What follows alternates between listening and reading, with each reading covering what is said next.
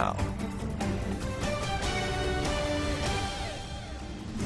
Happy Easter and thanks for joining us tonight. I'm Dory Talley. A boil water notice is in effect for parts of Noxubee County. Sugar Lock Butler Water Association says the notice impacts people who live on several roads. This includes Pine Tucky Road, Highway 21 west of Pine Tucky Road, Jones Road, and Highway 39. Residents should boil their water before drinking. A break in the water line caused the notice. It's not known when the line will be fixed or when the notice will be lifted. Today was the last day for Columbus residents to push tornado debris to the curbside for pickup. Looks Great Services has been collecting debris off the side of the road for 2 weeks. As of this past Tuesday, they've collected 1.6 million pounds of debris. 364 tons of that debris has been vegetation. The city says any debris not pushed to the curb after today will be the responsibility of the property owner. Sri Lanka officials are making arrests after coordinated Easter Sunday suicide bombings at Catholic churches and luxury hotels. It killed more than 200 people and injured hundreds. CBS News has the very latest. After the massive Easter Sunday attacks in Sri Lanka killed more than 200 people, authorities tightened security around houses of worship in the U.S. The explosions ripped through 3 Catholic churches as worshipers celebrated morning mass. They also hit luxury hotels. We must also look into why adequate precautions were not taken in this respect. But first and foremost, we have to ensure that terrorism does not lift its head in Sri Lanka. Officials say the coordinated attacks were carried out by a single group that has not been identified. More than a dozen suspects were being held in connection with the suicide bombings. Sri Lanka shut down social media and imposed a curfew in the capital, Colombo, after the attacks. The country is still recovering from a long and bloody civil war. During the 30 years of civil war, we had lots of explosions in Colombo. We are used to our airport getting blown up and the central banks, things like that. But it's been 10 years of peace, and we got used to that. Officials say a few dozen foreigners, including several Americans, are among the dead. Around the world, leaders condemned the latest act of large-scale terror. At the end of his traditional Easter Sunday blessing, Pope Francis denounced the violence and said he prays for the victims. Mola Lengi, CBS News. No one has claimed responsibility for the attacks, and officials say religious extremists were behind them. It's now time to get a first look at our weather with meteorologist Jacob Dickey. Hey there, Jacob. Hey, Jory. We had a wonderful Sunday for us here. Even this evening, things aren't too bad out there. Temperatures cooling off into the 60s right now for some of us. It's 61 in Tupelo. Notice our dew point values, though. Last night, those were in the 30s and 40s. They've come up a little bit, but we've got a calm wind out there, so a really nice, crisp evening for us as we go through the next couple of hours. 61 in Tupelo, 61 in Jackson, Columbus at 63. Some 50s down the I-65 corridor in Alabama. A little warmer out to the west, still 75 in Dallas-Fort Worth. As we look at satellite and radar, we are high and dry across the region in our area. I think tonight will be clear and cool and keeping it that way. Down to 50 or so. Upper 40s and low 50s is what we'll call it with that calm wind, generally under 3 miles an hour.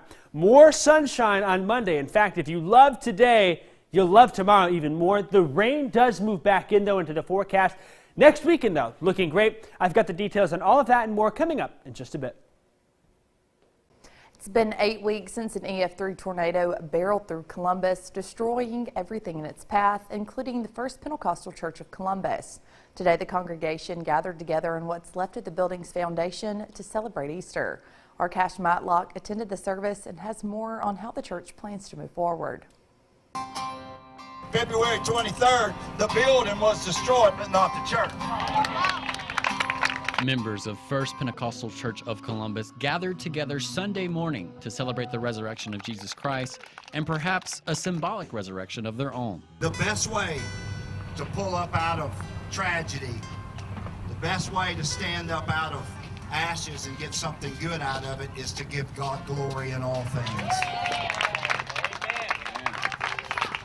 Now we're in the process of trying to move forward and try to find out everything that we're going to have to meet with FEMA regulations and city codes. But we are projecting forward and going to build a beautiful new sanctuary. Church member Jack Davis says he and his wife were the first ones on the scene after the devastating tornado.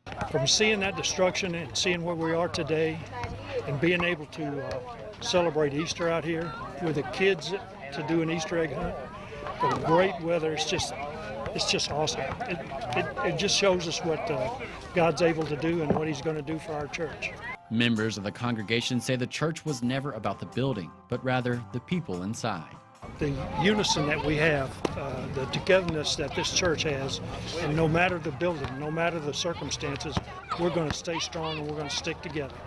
And we're going to see this thing through.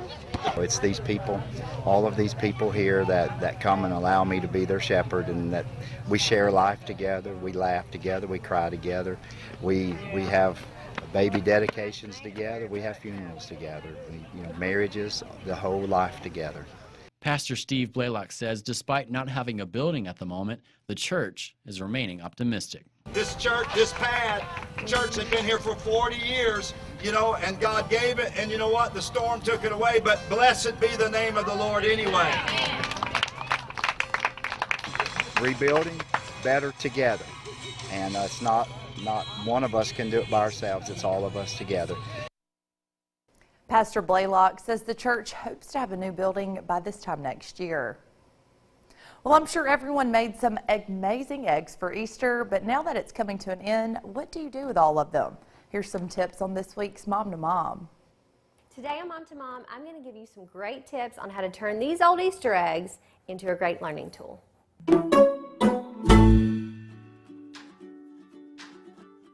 We all have that endless amount of old Easter eggs that the kids have, and we never know what to do with them, and I hate throwing them away. So I found this great tip, and it's using old Easter eggs as learning tools. I have written a number on here on a pink egg, and what the kids have to do is find 3 pink pom-poms and put it in there, and voila, they've learned to count and they're recognizing their numbers. The next thing is you can use this as an addition tool. You put different variations of a addition problem. 5 plus 1 equals 6, 2 plus 4 equals 6, and they literally just have to turn it around, and that's a good way to memorize those addition problems. And I've used these to teach uppercase and lowercase. Reading, you just turn it around, write different variations of a word, pop, top, mop, turn it around, and they learn how to sound out their letters. For those little ones out there, you could teach letter recognition. Put your little letters in there, and it's kind of fun for them to open it, and they just say, oh, Mom, that's a J. So that's a fun way to teach them letter recognition. Well, moms, I hope that you found this useful, and as always, connect with me on Facebook, and I'll see y'all next week. Mom to Mom is brought to you by Mom to Be on Wilkins Wise Road in Columbus. This weekend's hottest movies when we return. Stay with us. You're watching WCBI News at 10 with Jory Talley. With just a few days to go until Avengers Endgame arrives in theaters, a pair of new movies debuted in the top 5, with one of them becoming the #1 movie in the country. Here's the countdown. This doesn't make any sense. You went to bed grown and then you woke up little. Little took a big jump back, dropping from 2nd place down to 5th on ticket sales of $8.5 million. Captain Marvel found new wings as the superpowered heroine soared back up from 6th place to 4th with $9.1 million, bringing Brie Larson's Marvel debut to over $400 million at the domestic box office. I know that you don't know my son, but my John is a fighter and he doesn't give up. Faith-based film Breakthrough didn't have a breakthrough weekend, opening with $11.1 million, well below pundits' predictions. The most recent king of the box office fell to 2nd as Shazam made $17.3 million, bringing its domestic total past the $121 million mark. Sam. The new queen of the box office is The Curse of La Llorona. The latest entry in the Conjuring cinematic universe bowed with $26.5 million, $6.5 million higher than industry projections. In Hollywood, I'm Rick Damagella. Well, we've been enjoying some nice weather today. That will continue for the next couple of days. High and dry out there on our Alpha Insurance Skycam network. Some rain is in the forecast, though. I'll give you the details on when it arrives coming up after the break. WCBI First Alert AccuWeather Forecast with meteorologist Jacob Dickey. Very pleasant day today for Easter. Could not get much better than the way we had it, especially given how bad the weekends have been this spring. About as perfect. Sunshine today. Clear tonight. Temperature at 57 in Columbus. Notice though our dew points up just a little bit. We're in the low 50s, upper 40s out there. Winds generally though are calm. 57 is currently where we're at in Columbus. 54 in Amory. Still 64 in Tupelo. All of our temperatures are again cooling down tonight. The difference, though, is the moisture that's in the air is a little bit up. We've had a little south wind to bring some more humidity in. Haven't noticed it, though, because it's not enough to really cause any clouds or any rain like that. But we can see it in our dew point values. Again, 50 in Columbus, 51 in Amory, West Point at 50. What that does is that sets the floor for where our temperatures can drop to tonight. So in general, we'll be heading for the upper 40s and low 50s out there. I've got 50 in Tupelo, Aberdeen, Amory, Fulton, 49 in Calhoun City and in Bruce. Generally winds calm and with a clear sky. West Alabama, 49 in Vernon, 50 in Solent. We'll get to 50 in Reform overnight tonight. Fayette at 49. And then into the Golden Triangle, more upper 40s and low 50s. I've got 50 here in Columbus, 49 in Macon, 49 Starkville, 48 Kosciuszko, Winona at 50. As we look at Futurecast here, it keeps us clear and dry for the next 12 to 24 hours. We may see a few high, thin cirrus clouds on today, Monday, but overall expecting lots more sunshine. Those temperatures warming up even more than we were today. Low 80s out there. I have, again, put the little bit of a partly cloudy icon just to account for that fact, but really a great day, just like Sunday. Click the repeat button with light south winds under 5 miles an hour. 80 will be where we get to in Tupelo, Houston, Pontotoc, Bruce, Calhoun City. Over in Water Valley, West Alabama, the Golden Triangle, seeing 80s there too. I've got 81 in Columbus and in Macon. Louisville at 80. Ackerman also checking in at 80. And then we've got 80 in Vernon, 78 in Solent, Reform, and Aliceville at 80 as well for our Monday. Dry on Monday, dry on Tuesday. In fact, even into Wednesday, most of us are dry. We will, though, introduce the chance for an isolated shower Wednesday afternoon and evening. Best chances seem to be close to the Tennessee state line. Many of us are staying dry, though, until Thursday. That's when we could get from quarter, half inch, maybe up to 3/4 of an inch. Not nearly as much as we've seen over the past month, but just a little light showers and storms here and there. Overnight tonight, temperatures falling into the upper 40s and low 50s. Clear, cool, and calm out there. On the day Monday, then, another beautiful day for us here. We're getting a great couple of days in a row of some perfect weather out there. Partly cloudy, warm again, south winds 3 to 8 miles an hour under a mostly sunny sky. And then as we look ahead here again, isolated shower on Wednesday. Thursday's the day where I think we see some rain and storms. Overall, though, the severe threat looking very low. This doesn't look like a system that's going to bring us anything. That's a nice change. Some showers left over on Friday. Another great weekend next week.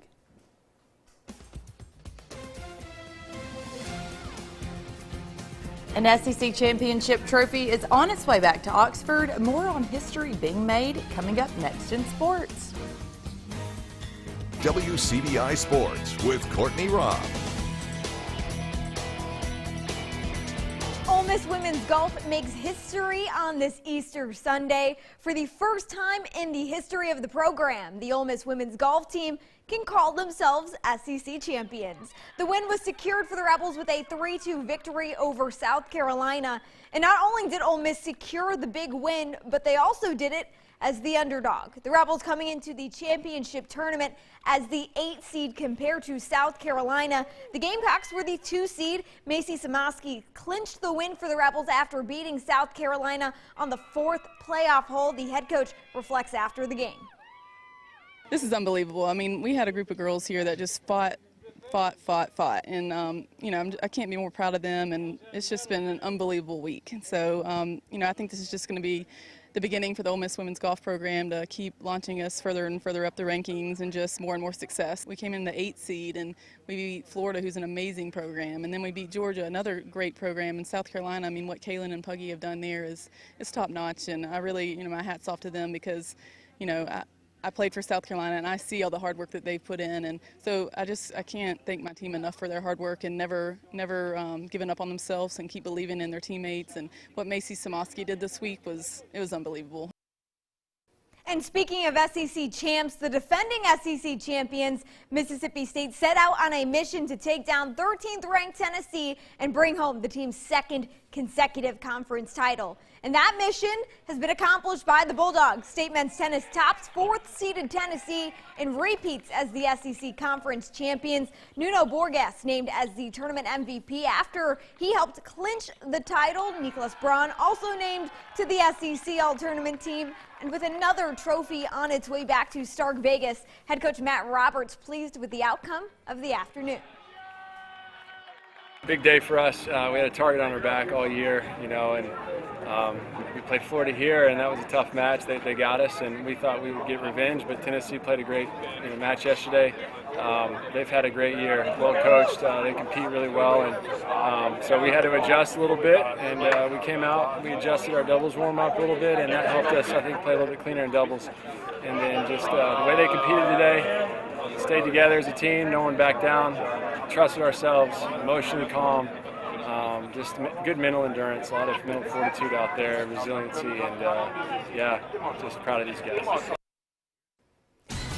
It's a battle of who was busier today, the Easter Bunny or the guys in the majors. Find out with highlights coming up after the break. The Braves facing off to the Indians. Game 2 of the doubleheader, top of the 9th. Ozzie Albies rips a single down the right field line. It's going to score Nick Markakis and Dansby Swanson. The Indians now rocking a 7-5 lead. We'll still keep it right here in the 9th inning. The base is loaded for Atlanta. Tyler Olson is going to walk Freddie Freeman, and then Tyler Flowers then comes into home to get another score. Makes it a 1-run game, and then Ronald Acuna drops a double into the left field corner. Ozzie Albies and Josh Donaldson come in to score for the Braves, and Atlanta now with a late lead here in the 9th inning. We'll head to the bottom of the 9th. A.J. Minter. This time he's going to strike out Roberto Perez. Watch this happen. Strikes him out swinging, and the Braves are able to pull off the comeback to go on to get the win. 8-7 going to be the final, splitting the doubleheader with Cleveland. Atlanta goes on to win Game 3 as well, and they take the series. Let's head over to St. Louis, where the Cardinals are hosting the Mets at Busch Stadium. Top of the first, no score, and why not start things off hot? The Mets' Alonso kicking it off with a solo home run right over the wall there in New York with a 1-0 lead early. Bottom of the second, 2 runners on and 1 out. Colton Wong with the single out to left center. Jose Martinez beats out the throw at home to tie the game up at 1, and the bases are now loaded, ladies and gentlemen. That same inning, Goldschmidt at the plate knocks it right through the Mets' hands and up through center field. Molina and Wong come in for the score, and now the Cards with a 3-1 lead in that second inning. Bottom of the third, 1 out and 1 runner on. Fowler doubles it deep down the right field line, and Martinez from second comes in for the score. St. Louis currently rocking a 5-1 lead over New York, but St. Louis holds on to get the win. 6-4 going to be the final over the Mets. The Cards take the series 2-1. The Mets trying to bring it back, but that would be all that she wrote. The Cubs and the Diamondbacks finishing out a weekend series in Chicago. Top of the first, no score. Wilson Contreras pops one up into foul territory. Wilmer Flores for the Diamondbacks makes the catch. Wow, as he tumbles on over. A absolute fantastic play for Arizona. Now we head to the bottom of the 6th. Still no score. Javi Baez hits one deep right center. Anthony Rizzo going to be able to score off of that one, and Baez puts the Jets on, gets a triple. Baez now with 200 career extra base hits. The Cubs leading 1-0 as we head to the top of the 9th. Pedro Strop on.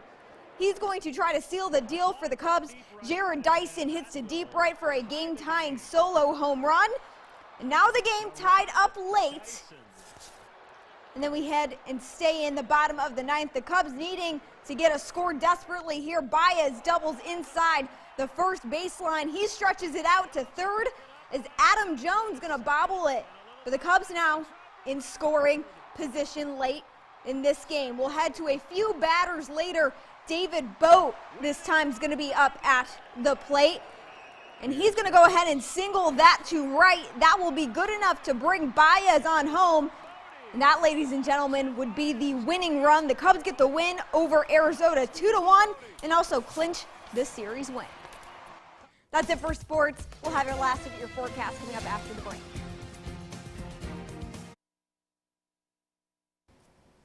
George, you enjoyed the day today? I did you? Oh, loved it. A lot of sunshine. Yes. We have been waiting for a weekend like this, haven't we? We really have. Yeah, good news. We're extending the weekend into Monday, Tuesday. I guess maybe we'll have to go to work instead, but we'll enjoy it. Yeah, kind of like today, huh? Yeah. Happy Easter. Y'all have a great week. We'll see you back here tomorrow night.